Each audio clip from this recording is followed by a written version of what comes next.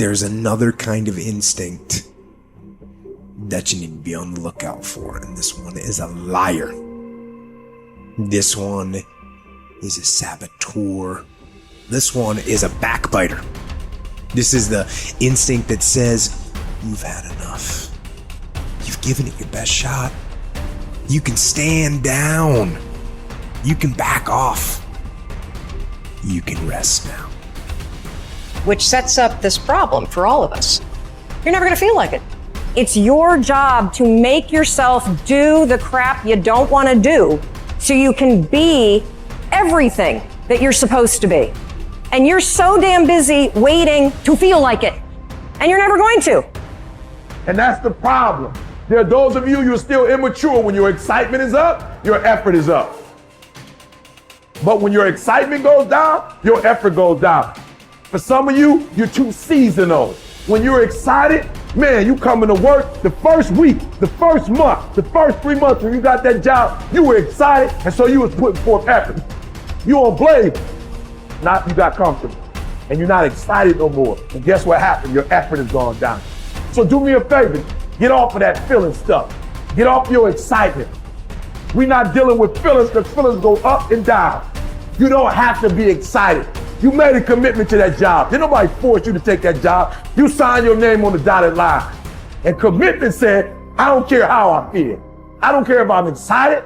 I don't care if I'm pumped up. I don't care if I'm fired up. You made a commitment. Now it's time to put up. Lazy people do a little work and think they should be winning, but winners work as hard as possible and still worry if they're being lazy. So if you're a winner, you ain't comfortable. Every day I get up and give everything I got to everything I'm a part of simply because this is who I am. Like the only thing I need every day of my life is 86,400 seconds. That's it. Like I don't need some reward. Like the only thing I need is breath in my body and I'm flat out going get it. A person with passion always stands out. The world is so full of average that once you have passion and a sense of energy in your life, it distinguishes you. When you're passionate about something, it isn't reasonable, but you do it anyway. Passion will take you where nothing else will ever take you. It'll give you that decided edge. It'll help you to stand out. When you want to become a diamond, your whole attitude change, your whole mindset, your thinking, your relationships, the decisions that you make, how you spend your time, your energy, all of it changes. See, this is something that you can't be in this business. This business has to be in you. You take advantage of this opportunity. You let everything else go. You eat different. You study different. You practice different. You don't belong at the bottom, and it's time for you to get your butt from down there. It's time for you to stop being comfortable at the bottom. Get your butt up and get to where you're supposed to be. You are a royal priesthood. Get where you belong. Do what you're supposed to do. Live like you're supposed to live.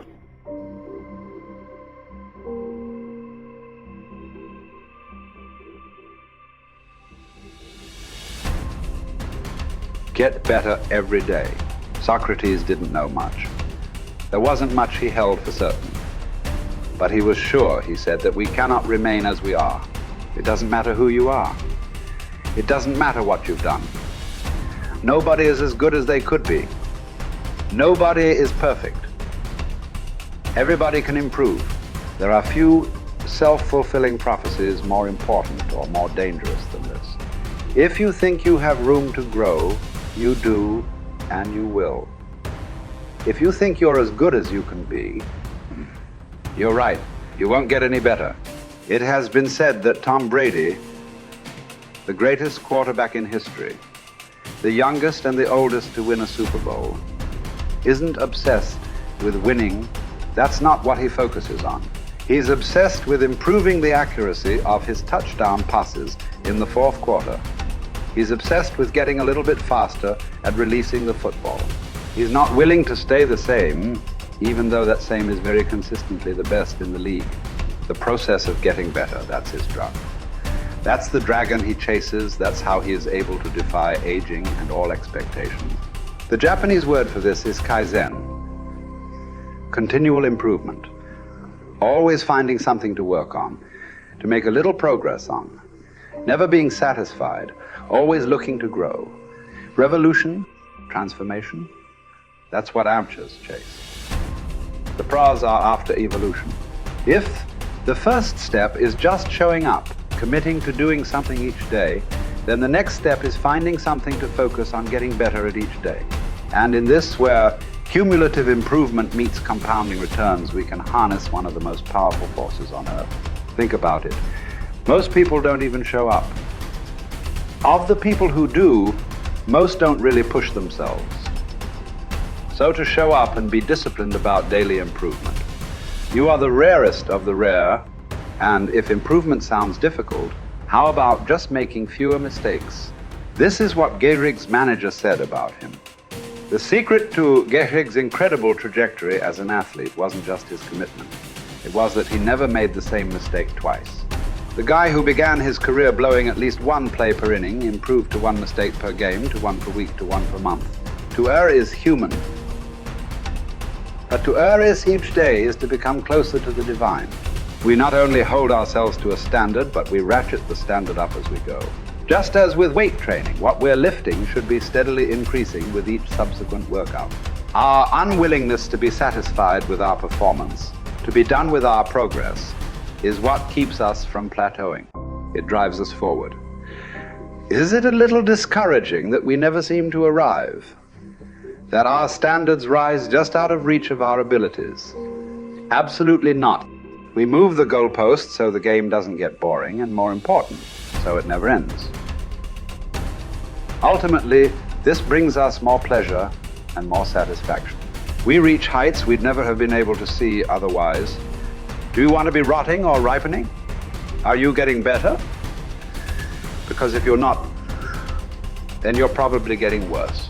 Anyone, whether they're a professional athlete or a house cleaner, can get better at their job. You can get better at being a person, a citizen, a son or a daughter. You can get better at how you think, how you focus, what you think about.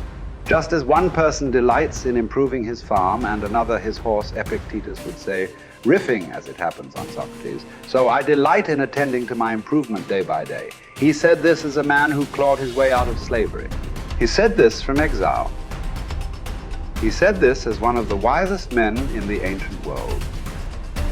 And still, he was focused on how he could get better every day, in every way. One can imagine that for Epictetus, this discipline would have been extremely helpful in those dark times, because it gave him something to focus on, something only he controlled, not his master, not society, not his station in life.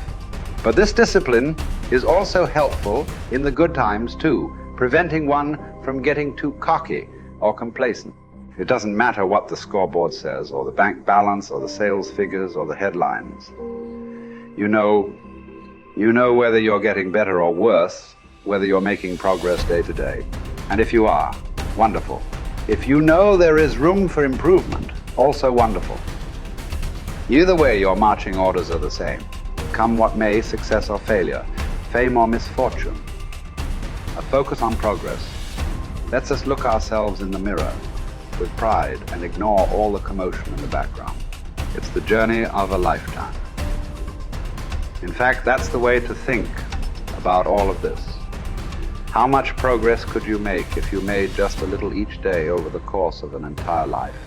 What might this journey look like? Where might it lead if each bit of progress you made presented both the opportunity and the obligation to make a little more progress, and you seized those opportunities, you lived up to those obligations each and every time? Will you choose to take this journey? Will you continue on, even when you've reached further than you ever thought you could go? Or will you stop there? Are you going to keep practicing? Or have you decided that this is good enough? That you're good enough? Will you remain as you are? Or become what you're capable of? Because once you stop getting better, there's only one direction to go. Do the best you can.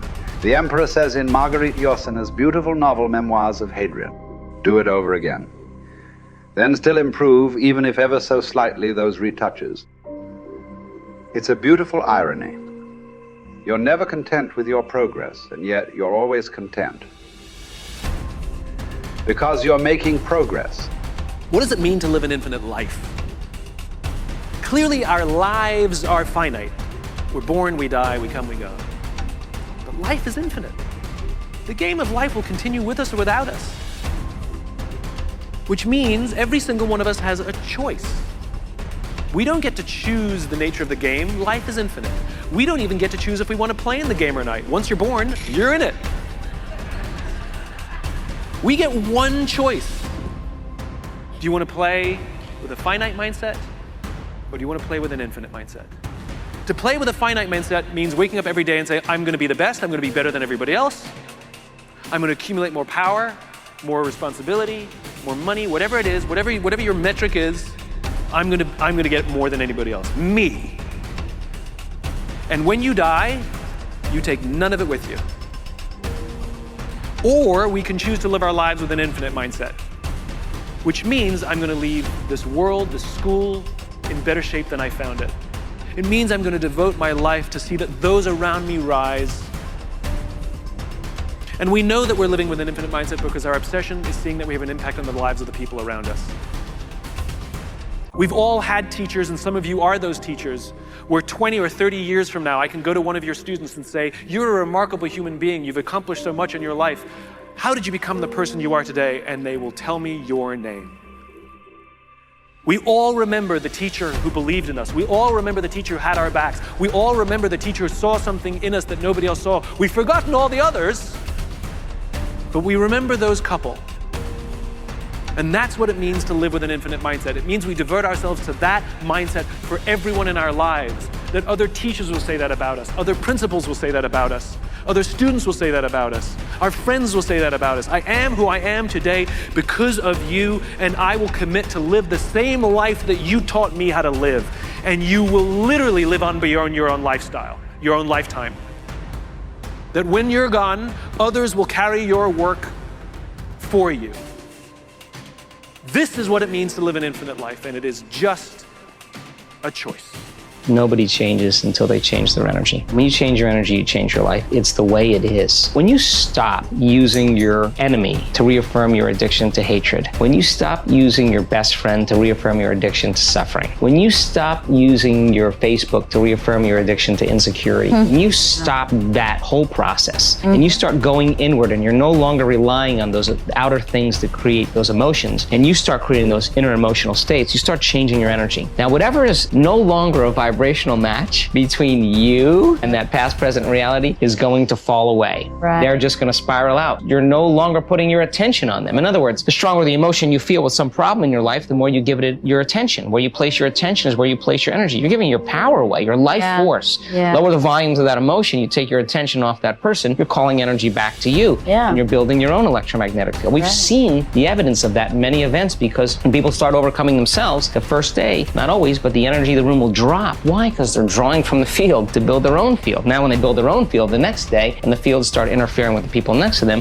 whoop, the energy in the room just keeps going up. So now there's no longer a vibrational match between you and your coworker. Be prepared, because that old known thing is going to fall away because you're no longer emotionally and energetically connected to it. So then when you get in that state, it's not a time to try to put it back together, because at the same time these things are unraveling and they're moving towards chaos, and chaos is just unpredictable order. Right. It's novelty, the newness of an experience that you can't predict is chaos. If you apply the formula, and all potentials in the quantum field exist as electromagnetic potentials. They are possibilities. When they begin to synchronize coherently, your brain and heart, you got a strong Wi-Fi signal, because now you're putting out a very laser coherent signal. Right. When there's a synchronization between your energy and that potential that exists in the future, but it really exists in the present moment, because that's where they exist in the quantum. Now,